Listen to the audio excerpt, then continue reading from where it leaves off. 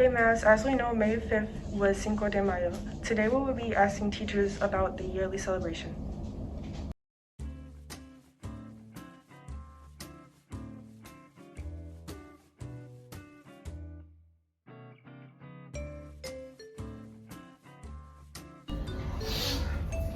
Okay, so what is Cinco de Mayo? Many people think that Cinco de Mayo is Mexico's Independence Day, but it's not.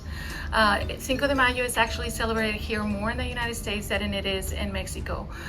So Cinco de Mayo, in 1862, Napoleon was bringing his army trying to conquer Mexico because they were not able to pay money that they owed the French. He used this opportunity to try to expand his empire into Mexico, but what they were not expecting is that the Mexican army and also indigenous people joined in the fighting for, I guess, against the French, so that they were not allowed to take over.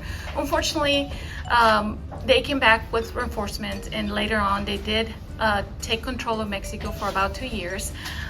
But Cinco de Mayo is remembered because the Napoleon's army had never been defeated in 50 years, and this was the first time that they were able to accomplish that with an inferior army.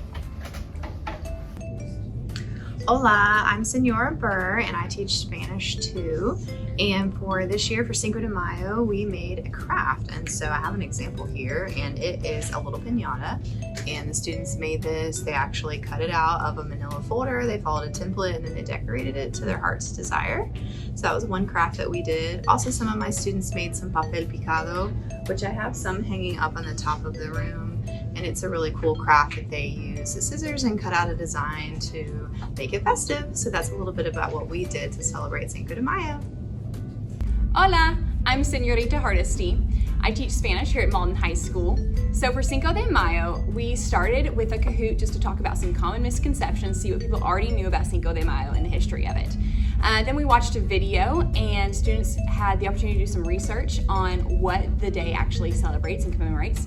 And then students had the opportunity to learn a Latin dance. So some students learned a dance from another Hispanic country and then showed it to the class. And then other students decided to learn more about music and familiarize themselves with music from other Spanish-speaking countries. So that's how we celebrated Cinco de Mayo here in class.